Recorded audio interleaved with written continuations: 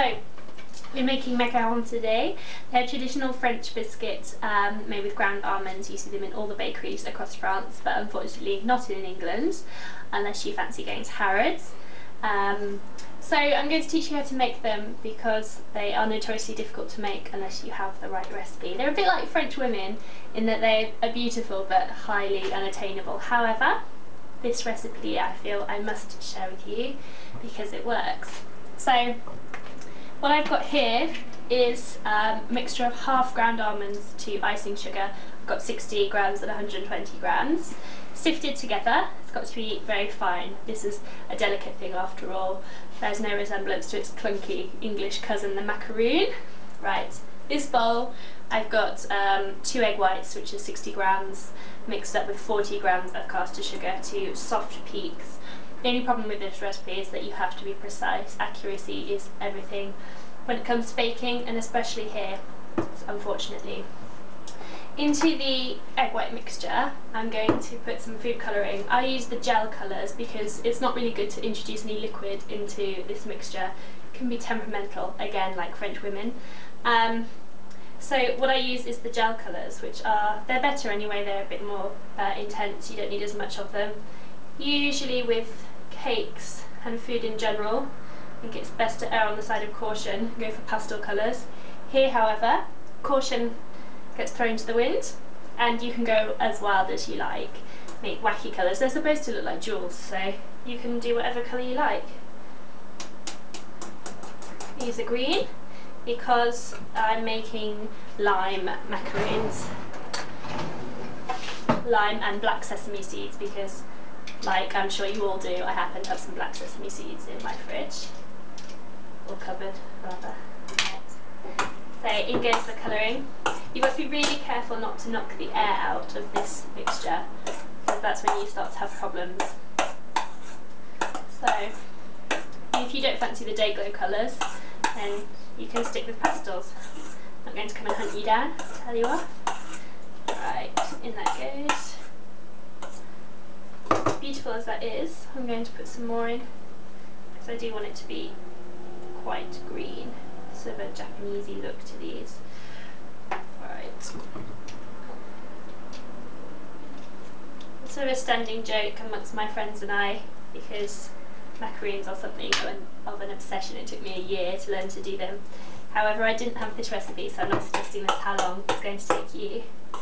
It's one of those things that takes a little bit of effort, so if you don't get it right, well, suffice to say it's typical in my household to hear a wail from the kitchen, and you know that that wailing is due to these. People tell you not to be afraid of cooking, but actually be very afraid. These are quite tricky, and it's so disappointing if you get them wrong. However, you won't if you follow the recipe absolutely precisely. Right, in that goes. So you've got your egg white mixture here. It's quite soft peaks. Basically what you want to do is fold it into your dry mixture in equal thirds. So lob in the first lot. It looks like it's not going to go because there's so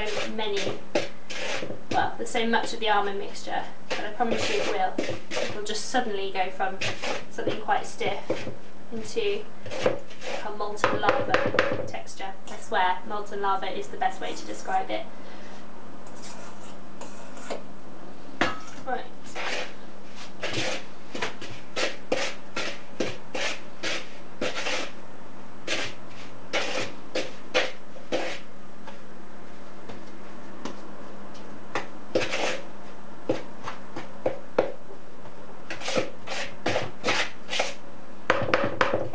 And the third lot. It's important to use a metal spoon, don't use a wooden one. You can use a rubber spatula if you like. The main thing really is just to not knock the air out. You'll see why. Okay, there that goes.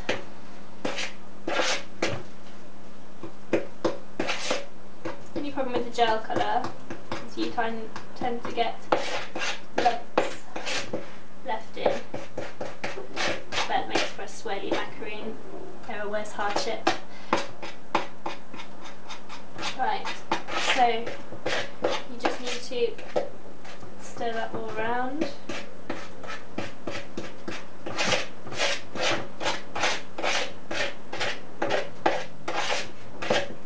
This is bordering on a ghoulish green.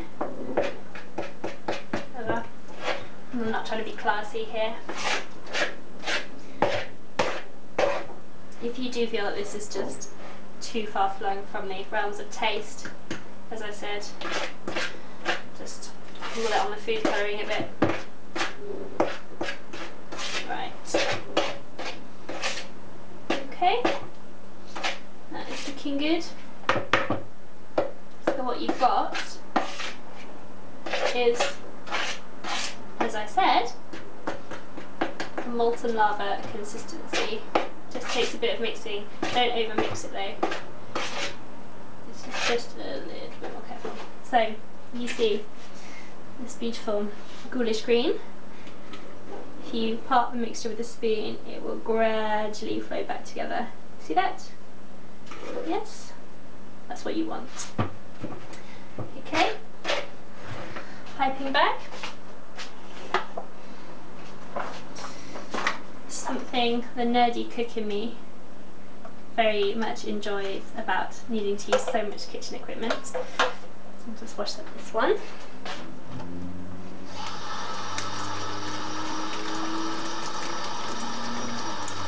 There we go.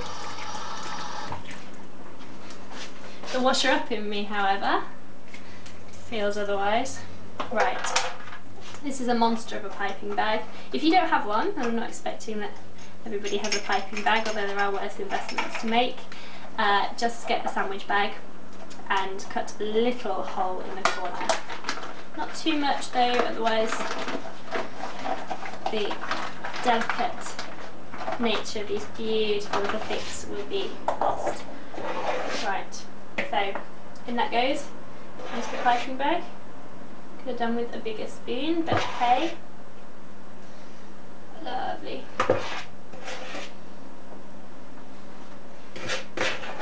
These really do have to be piped so they're round and uniform. It's kind of almost a style over substance type of biscuit, but not quite. They do taste good.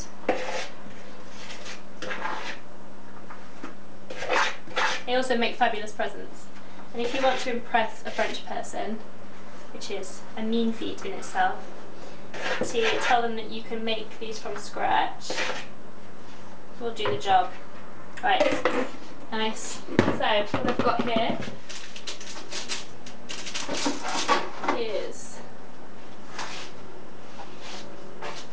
a baking tray already prepared. In fact, here are some passion fruit ones I've done as well.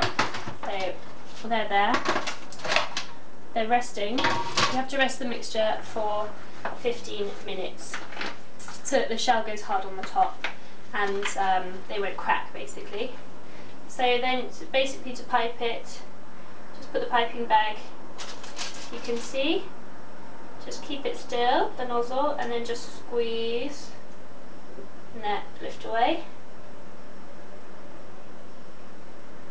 Then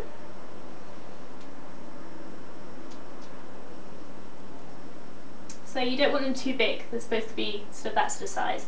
So if you keep it, I don't know, 2 to 3 centimetres in diameter, they will spread out, so leave a good amount of room between each one.